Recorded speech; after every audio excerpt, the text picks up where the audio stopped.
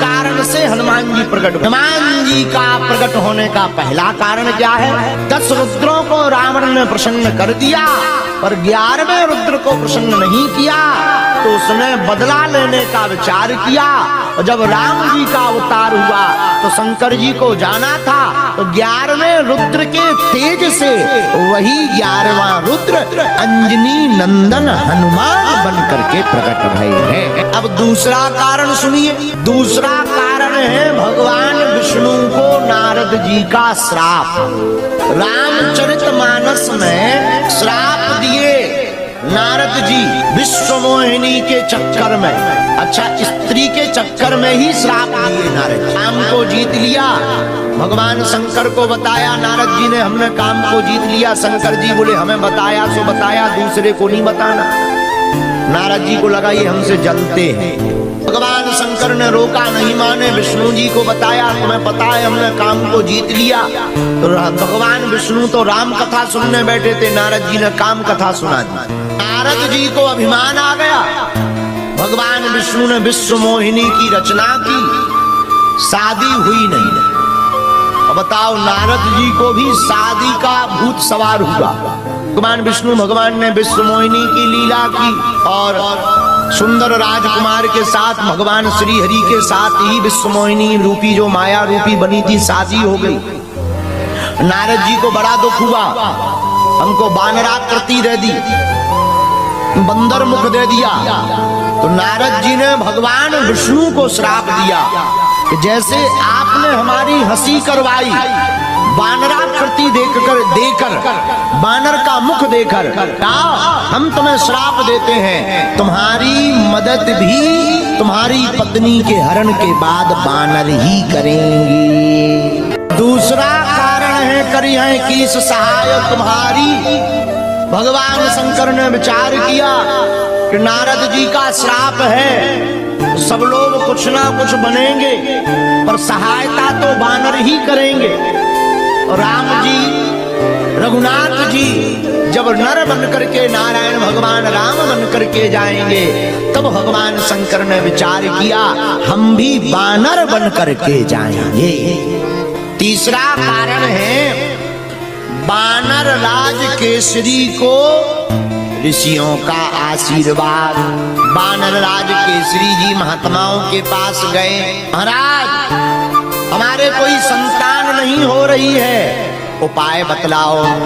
संतों ने भगवान शंकर का मंत्र दे दिया, इस भगवान शंकर के पंचाक्षरी मंत्र का जाप करो, इससे तुमको पुत्र की प्राप्ति होगी। और जैसे ही शिव आराधना केसरी वानर राज श्री केसरी जी ने की, तो भगवान शंकर प्रकट भये और वरदान देते हुए कहा, जाओ तुम्हारे घर पर हमारा अंश ही प्रकट होगा।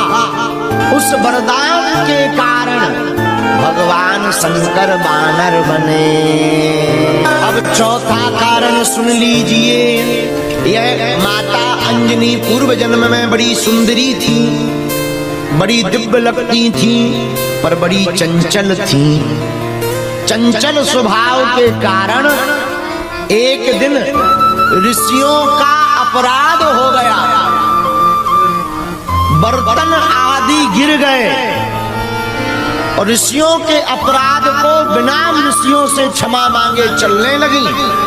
तो ऋषियों को आवेश आ गया कि तुम रूप से तो बड़ी सुंदरी हो, पर काम बंदरिया जैसा करती हो, जाओ हमारा श्राप है, तुम वानरी हो जाओ। वह अप्सरा रोने लगी, वह युवती रोने लगी, हमसे भूल हो गई, क्षमा करो। संतों को दया लगी, ऋषियों ने कहा, देवी रो मत, जाओ तुम वानरी तो बनोगी, पर तुम्हारे घर पर ऐसा पुत्र होगा जो तुम्हारी कोख को अजर अमर कर देगा और स्वयं भी अजर अमर होगा।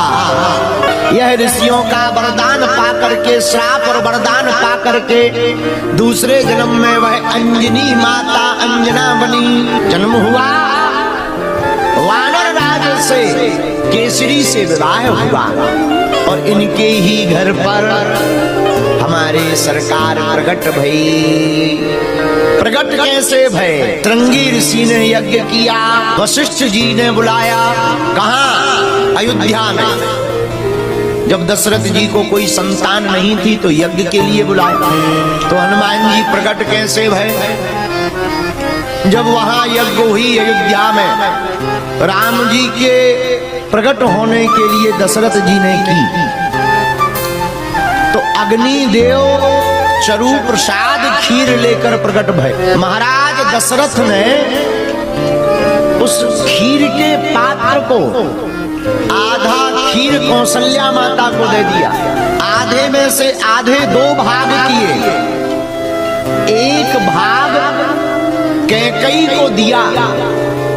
उसी समय एक गिद्ध चील वहां से उड़ती जा रही थी। उसने कैकेयी के हाथ पर खीर का प्रसाद खाने का देखा। पत्तल में उस गिद्ध ने, उस चील ने एक झपट्टा मारकर कैकेयी के हाथ से वह खीर के पात्र को छुड़ा लिया और उड़कर चली गई। कैकेयी माता रोने लगी। तब कौशल्या जी ने अपना थोड़ा भाग और थोड़ा चरु जो पात्र था उससे प्रसाद खीर का निकाल कर पुनः कैकेयी को दिया।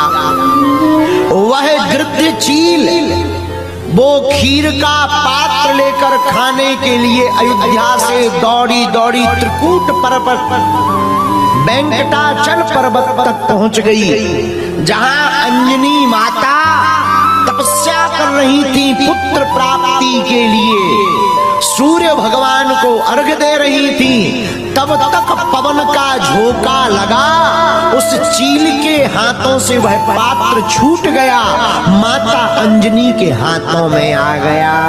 उस खीर के प्रसाद को भगवान का प्रसाद मानकर माता अंजना ने पा लिया। तो इधर कौशल्या उस खीर से राम जी को प्रकट करती, कैकेयी भरत जी को प्रकट करती और शत्रुघ्न जी को और लक्ष्मण जी को सुमित्रा मैया प्रकट करती। उधर उसी खीर के प्रसाद से